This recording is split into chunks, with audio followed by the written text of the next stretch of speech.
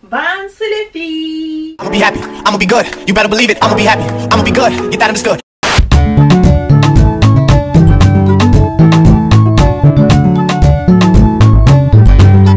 I can't see any haters. Oh, where are you? I can't see you.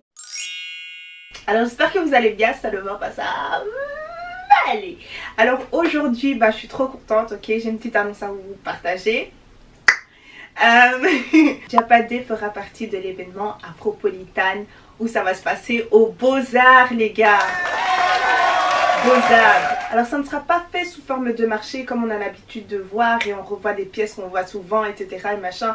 Non, pas du tout, ça sera sous forme de salon, les gars. Donc je suis vraiment trop contente par rapport à ça, c'est une nouvelle expérience pour moi aussi. J'aurai l'occasion de découvrir d'autres créateurs africains et c'est ouvert à tout le monde, ok. C'est pour ça que ça porte le nom Afropolitan, c'est ouvert à tout le monde. Mais en tout cas, il y aura du talent, donc moi j'ai hâte de voir ça, hâte de découvrir. Alors voilà l'affiche, super mignonne et colorée aussi. Ça se passe sur 3 jours en février, mais je vous mettrai les dates exactes en barre d'infos. Alors aujourd'hui, qu'est-ce qu'on va faire? Aujourd'hui on va parler de quelque chose dont j'aime beaucoup parler. Vous m'avez dit clairement sur Instagram, en tout cas pour les personnes qui me suivent sur Instagram, vous-même vous savez, j'étais un peu genre nostalgique, etc. Et je me disais, ouais, j'aimais bien cette époque-là, voilà, où j'étais vraiment, je partageais mes idées et machin et machin. Et vous m'avez dit, ouais, mais Gloria, qu'est-ce qui t'en empêche? Des fois, voilà, je me demande ce que les gens veulent vraiment regarder. Je me dis, bon, je vais leur donner tout simplement ce qu'ils me demandent. Et du coup, j'oublie de donner ce que moi, j'ai envie de donner. Pourquoi ne pas partager des choses dont je suis réellement passionnée? Il y a des personnes qui me disent, ouais, mais Gloria, t'es trop dans l'Afrique. Ça exclut un peu les personnes caucasiennes, etc. Non, en fait, ça, c'est quelque chose que j'ai envie de partager, j'ai envie de leur faire découvrir aussi. Faut pas penser que je parle rien qu'aux noirs ou des trucs rien qu'aux personnes africaines. Non, non, non, non, non. Là, j'aime beaucoup parler des traditions. J'aime beaucoup aussi tout ce qui est art africain. Cuisine, bien sûr, africaine, même si je suis pas genre, j'ai pas encore la main, tu vois. Je mange simplement ce que ma mère, elle cuisine. J'aime beaucoup regarder tout ça. Avant, je partageais ça sur Instagram, mais je sais plus pourquoi je le fais plus, peut-être par manque de temps. Ça c'est vraiment un aspect que pas beaucoup de gens je dirais savent sur moi, enfin si quand même un peu parce que vous voyez un peu ma déco et tout ça, dans le sens où c'est pas vraiment ce que je pousse en avant. Et donc là aujourd'hui on va parler des traditions.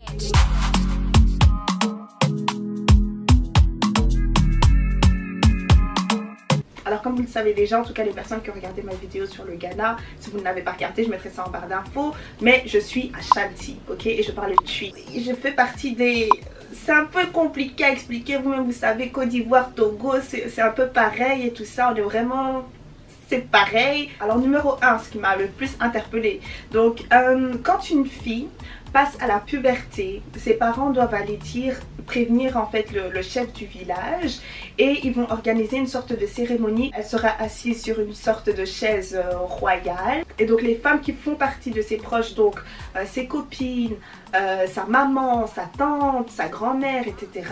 Vont s'occuper d'elle pendant ce moment-là et donc voilà, elle ne devra rien faire, ni cuisiner, ni aller chercher l'eau, ni rien du tout, parce que vous savez très bien qu'à partir du moment où vous atteignez un certain âge, genre très jeune, vous devez faire déjà tout ça, hein. Vous devez cuisiner, machin, laver, aller chercher l'eau et tout. Retournant à la cérémonie, durant la cérémonie, ses copines vont devoir genre danser autour d'elle, faire des chorés genre j'aime bien.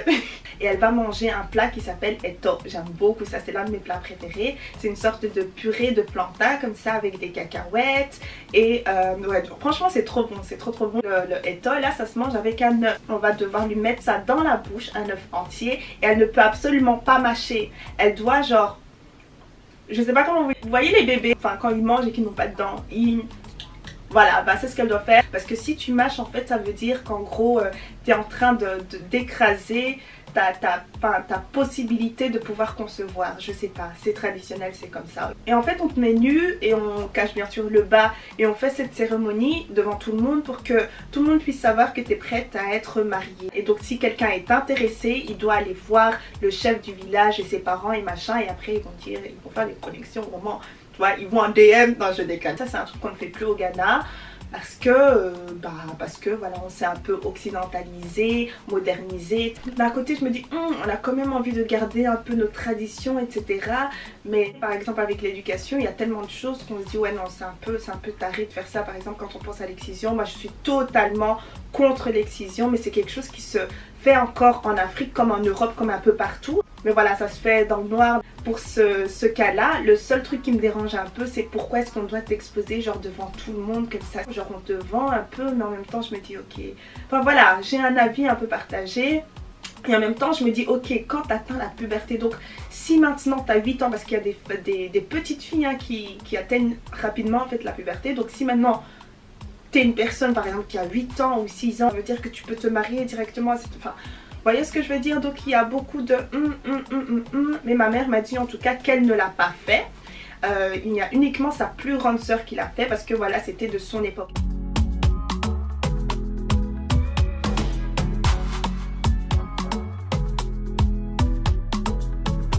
Alors numéro 2, bon ça c'est une sorte de superstition et machin, toutes les choses qui sont rondes, il faut les couper en deux. Je l'ai remarqué en fait en cuisinant avec ma mère et je lui ai demandé pourquoi et elle m'a dit ouais voilà, ça date de ça, ma mère m'a appris à cuisiner comme ça, apparemment quand tu fais pas comme ça, ben, ton enfant va devenir muet, c'est une sorte de superstition qui est là-bas et qui existe toujours. Peut-être qu'il y a des gens qui vont trouver ça stupide, etc. Mais moi, voilà, c'est dans ma culture. Et donc, ce sont des choses que bien sûr je vais respecter, machin, si je trouve que ce n'est pas quelque chose qui est genre... Voilà, super grave, comme par exemple l'excision. L'excision, elle m'en a pas parlé par contre. Hein. Apparemment, c'est pas un truc qu'on fait beaucoup, en tout cas dans notre côté, donc à Chantilly, etc. Peut-être que ça existe un peu plus vers le nord et ça m'étonnerait pas que ça se fasse un peu plus vers le nord. Quand vous passez devant un cimetière, vous ne devez pas montrer du doigt. C'est genre, vous ne devez pas. Si vous montrez du doigt, vous devez vous mordre tous les 10 doigts. Donc voilà, apparemment ça porte malheur et que... c'est un manque de respect et qu'on va venir te poursuivre, des trucs comme ça. Donc ouais, c'est aussi une superstition quoi. Et je sais pas, c'est un truc que j'ai gardé aussi. Alors bien sûr il y a le fait de saluer, ça je pense que c'est un truc de l'Afrique entière. Genre saluer avec la main droite, on ne peut pas saluer avec la main gauche, c'est un manque de respect total, que ce soit même pour recevoir quelque chose, pour donner quelque chose, pour saluer, pour faire quelque chose, vous n'utilisez jamais la main gauche, ok? C'est une main qui est maudite et qu'ils disent que c'est la main du caca, quoi. Tu vois, quand tu te frottes les fesses, etc., tu frottes avec la main gauche, tu ne peux pas frotter avec la main droite. C'est un truc de chez nous. Je sais pas pourquoi. Quand par exemple tu as mangé, ok, par exemple tu as mangé du foufou, nous le foufou on le mange avec la main, avec les doigts. Bon, il y a des personnes qui mangent avec des cuillères, mais ça c'est pas mon souci. Moi aussi des fois je mange avec des cuillères, je vais pas faire genre. Mais normalement ça se mange avec la main, ok. Quand tu as les mains sales et que tu dois saluer quelqu'un, tu le salues avec ça. Ok, tu donnes la main comme ça, ou alors tu donnes ton bras comme ça. Tu ne donnes pas ta main qui est propre et qui est du côté gauche à la personne parce que ça ne se fait pas. Comment ça se passe le mariage culturel? Bien sûr il y a la dot et tout ça, donc normalement ça se fait entre la famille du garçon et la famille de la fille. Donc le papa du garçon doit dire oui voilà, mon fils ici a vu une certaine fleur qu'il veut cueillir, c'est comme ça se passe comme ça et c'est ce qu'il va dire, ok. Et donc voilà, je viens ici pour savoir à quel prix vous me donnerez bien votre fille, etc. pour que je puisse donner à mon fils, machin. Et donc ça discute. Et donc voilà, on donne un certain prix que le garçon doit donner au papa de la fille, mais le papa de la fille doit partager avec ses frères. Si la fille en question, donc la mariée, la future mariée, a un frère, le frère a le droit aussi de demander de l'argent au futur mari. Voilà. Moi personnellement, je trouve que la dot c'est quelque chose de très beau quand on demande à échanger, etc.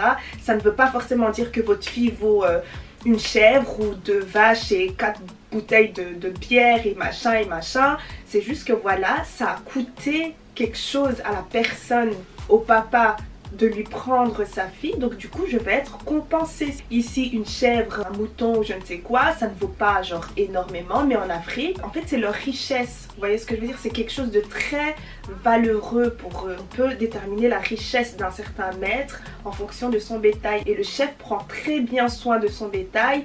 Il voilà, même quand il mange, il y a des régions où quand il mange la viande c'est vraiment quelque chose de sacré, genre on respecte la viande. Donc voilà, il faut pas directement voir ça comme quelque chose de dévalorisant en mode ah je vaux uniquement 2000 €, je vaux 3000 €. Mais des fois les tontons là, ce qu'ils demandent pendant les dots là, c'est un peu suspect, c'est un peu suspect. Vraiment je demande 6 paquets de chipilaires, je demande 2 bouteilles d'huile de ricin, d'huile de coco. Après tu commences à penser, tu dis mais oh, donc j'avais vu mon tonton là vraiment avec une petite.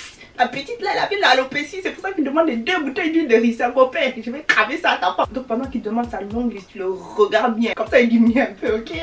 Mais c'est juste pour que vous puissiez un peu plus comprendre, en tout cas pour les personnes qui n'ont pas la même culture et qui sont peut-être caucasiennes ou quoi et qui ne comprennent pas le fait d'échanger sa fille avec une vache ou quoi. Ben voilà, c'est juste ça en fait. Personnellement, c'est comme ça que je le comprends. Et voilà, mais moi en tout cas, celui qui va m'épouser vraiment, je suis désolée pour vous. Parce que bon. Alors quand une femme accouche, elle ne peut pas sortir pendant 40 jours. Après ces 40 jours, elle pourra sortir uniquement pour aller faire le bilan de son enfant. Donc son poids et machin, voir s'il va bien, ses piqûres, etc. etc. Et elle doit à ce moment-là s'habiller en blanc. Mais sinon, avant ces 40 jours, elle ne doit pas sortir. Et c'est sa mère qui vient s'occuper d'elle. Elle fait absolument tout. Elle lave le bébé, elle change le bébé, elle s'occupe du bébé entièrement en fait. Elle s'occupe de la maman aussi. Donc elle doit lui faire à manger, les courses et tout ça. Tout. La maman fait rien du tout. Elle doit se reposer pendant ces 40 jours. Et je pense aussi que c'est pour un peu protéger le bébé pour que voilà, il n'y ait pas le mauvais oeil ou quoi que ce soit. Et ça là, j'ai pu le vivre aussi parce que au pays, on avait une voisine comme ça qui venait d'accoucher et on n'avait jamais vu son bébé en fait. On n'avait jamais vu son bébé. J'entendais des pleurs et tout ça et on ne voyait jamais la femme. Je me disais mais oh, tu es bien au moins devant la véranda, tu vas bien poser un peu, laisse le bébé prendre un peu l'air. On le voyait jamais et je commençais même à me poser des questions genre c'est quel genre de bébé, j'ai envie de voir le bébé, c'est quel genre de bébé que tu caches, j'ai envie de connaître l'espèce aussi, pardon, moi j'aime pas les choses comme ça, j'entends des pleurs mais je vois rien, pardon. Pourquoi quand on est africain tout doit tourner autour de la sorcellerie comme ça? Pourquoi? Je sais pas. Alors un prochain point, quand par exemple vous arrivez à un village ou que vous quittez votre propre village ou quoi et que vous passez devant une sorte de rivière, voyez ce gypsy là, moi j'en peux plus. On vient m'interrompre.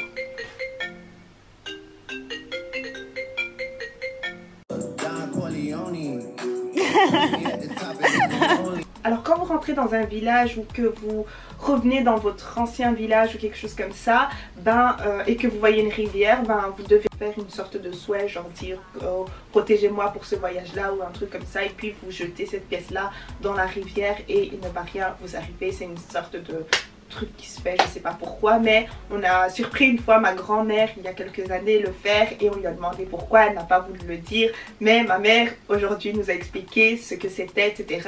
et que voilà, qu'on ne croyait pas en ça. Enfin voilà, à partir du moment où vous êtes chrétien, c'est un peu les trucs comme ça, c'est pas les choses qui se font quoi, vous voyez ce que je veux dire. Ça c'est aussi un truc interpellant. Je ne vais, comme je vous l'ai dit, hein, je ne vais pas juger ou ni quoi que ce soit, mais je dis juste que c'est interpellant dans le sens où c'est interpellant. Quand une petite fille en fait vient d'avoir, commence à avoir sa poitrine qui se développe et qu'elle est super jeune, on prend une sorte de mortier comme ça, c'est un peu bizarre. Ils prennent une sorte de mortier comme ça et ils tapent genre 10 fois tout doucement pour que sa poitrine en fait ne se développe pas trop vite. Et pour ne pas du coup devoir séduire des hommes qu'elle n'est pas censée séduire quoi. Voilà, vous voyez, des fois il y a des trucs un peu trop genre on sent un peu la sexualisation de la femme et des trucs comme ça, mais tu vois ce que je veux dire, c'est un peu. Alors mis à part le fait que quand on salue, comme je vous l'ai dit, on salue avec la main droite, quand on salue on doit commencer tout le temps par les personnes qui sont à gauche avant de passer aux personnes qui sont à droite. Même si vous rentrez et que vous retrouvez directement face à certaines personnes, tu es obligé d'aller directement à ta gauche et commencer par les personnes qui sont à ta gauche et passer comme ça. Tu ne coupes pas au milieu ou Non, comme ça. Ça aussi c'est un truc qu'on a dû me répéter genre plusieurs fois et que j'ai appris vraiment difficilement parce que bon, quand on est petit c'est un peu plus facile, mais quand on grandit et qu'on apprend des trucs un peu plus tard, ben c'est plus difficile et chaque fois c'était à base de passe là-bas d'abord. Passe là-bas.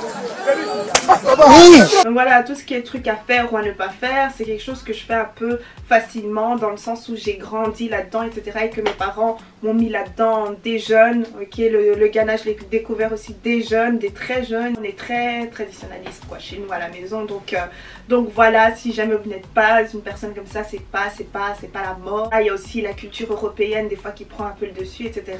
Mais n'étouffez jamais cette culture africaine que je trouve super important parce que ça fait partie de votre identité aussi. Je dois y aller parce que le boulot m'appelle. Je pense que j'ai tout dit, mais je pense que je n'ai pas tout dit.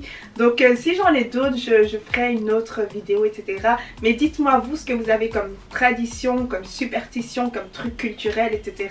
J'aimerais bien savoir. Écrivez d'abord votre pays et ensuite vous écrivez tout ce que vous avez chez vous, etc.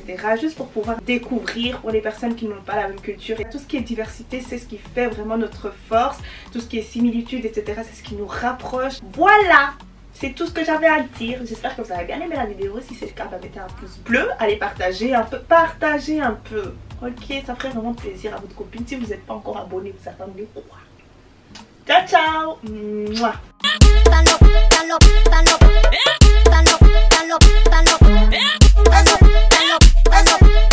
Hello.